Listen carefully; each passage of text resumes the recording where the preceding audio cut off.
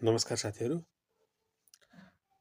मेरो गन्धेदारी कोरियन भाषा क्लासको युट्युब च्यानलमा यहाँहरूलाई स्वागत गर्न चाहन्छु।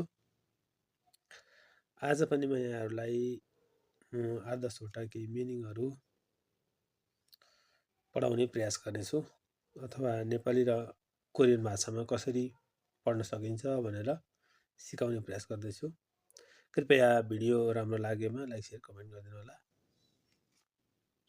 सुरु गरौँ। एकजनाले भनेछ अरे, अझै हिजो कहाँ गएको थियो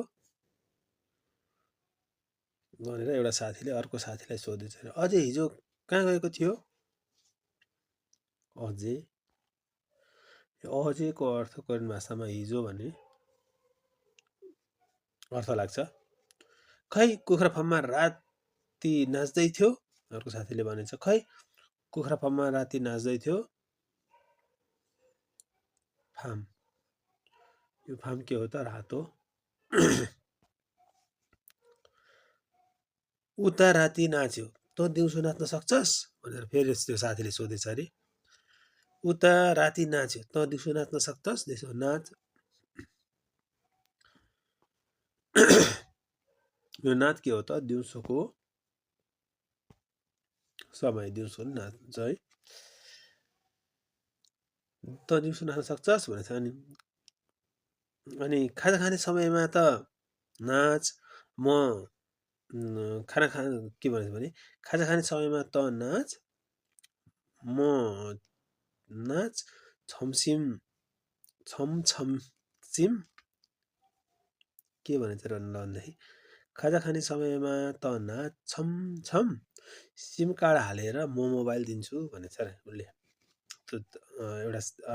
एउटा अर्कोले भनेको अर्कोलाई त्यसो भनेछ अरे, खाजा खाने समयमा त नाच, छमछम सिम कार्ड हालेर म मोबाइल दिन्छु भनेछ अरे। छमछिम, छमछिम भनेको खाजाको समय अथवा खाजालाई पनि छमछिम भन्ने गरिन्छ। छमछिम सिगान भनेर खास खाजा खाने समय भन्दा चाहिँ सिगान लगाइन्छ भने छमछिमसँग खाजा अथवा समय सम्झिँदा पनि हुन्छ। त्यसै गरेर यस्तो कुरामा त काका अघि छन् है भन्छ अरे।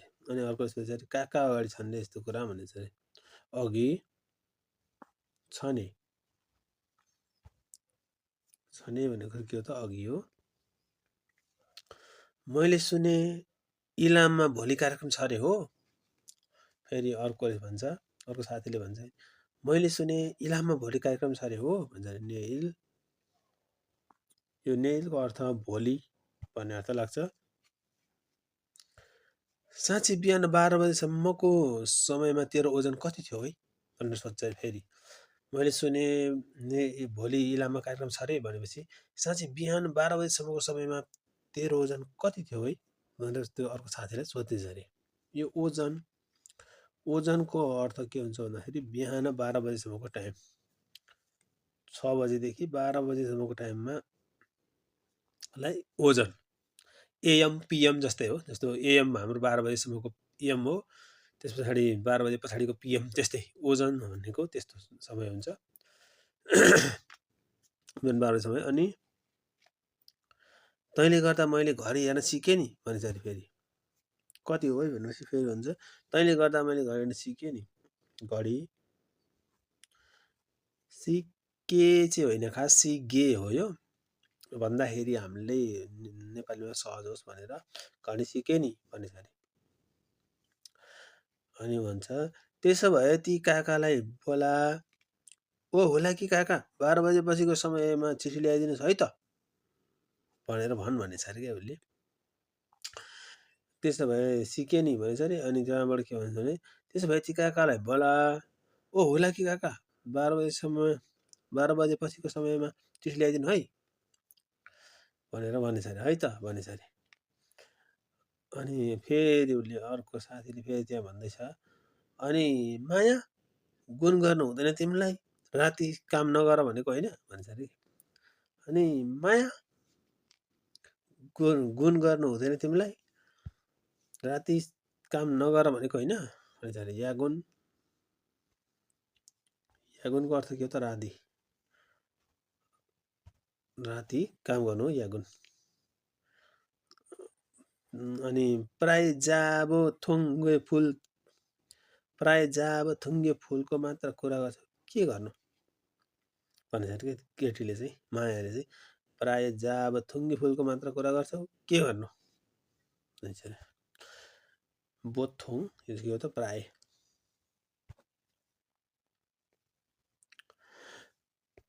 म तपाईहरुलाई अर्को एउटा कुरा पनि जानकारी गराउन चाहन्छु यो विशेष गरेर यो वर्ड मिनिङ चाहिँ मैले भबहरुलाई राखेर बनाएको छैन विशेष गरी VST चाहिँ हटाएर बनाएको जस्तो अरु अरु भबहरुलाई मात्र बनाएको छु तपाईहरुले भब खानु बस्नु हिँड्नु सुत्नुको पनि मेरो भिडियो छ कृपया यही च्यानलमा गएर त्यहाँ हेर्न सक्नुहुन्छ र आज म फेरि पनि यो संवादलाई फेरि भन्ने प्रयास गर्दैछु अझै हिजो कहाँ गएको थियो भनेर एउटाले भन्यो खै कुखुरा फार्ममा राति नाच्दै थियो भनेर अर्कोले भन्यो अनि ऊ त राति नाच्यो त दिउँसो नाच्न सक्छस् भनेर फेरि त्यो अर्कोलाई भन्यो खाजा खाने समयमा त नाच छमछम सिम कार्ड हालेर म मोबाइल दिन्छु भनेपछि त्यस्तो कुरा नगर्न त्यस्तो कुरा त कहाँ अघि छ नि भनेर फेरि अर्कोले भन्यो मैले सुने इलाममा कार्यक्रम छ अरे हो भनेपछि साँच्ची बिहान 12 बजेसम्मको समयमा तेरो ओजन कति थियो है भनेर अर्कोले भन्यो तैँले गर्दा मैले घडी हेर्न सिकेँ नि भनेर फेरि अर्कोले भन्यो त्यसो भए काकालाई बोला ओ होला कि काका 12 बजेसम्मको समयमा ल्याइदिनु है चिठी भन् है त भनेछ अरे अनि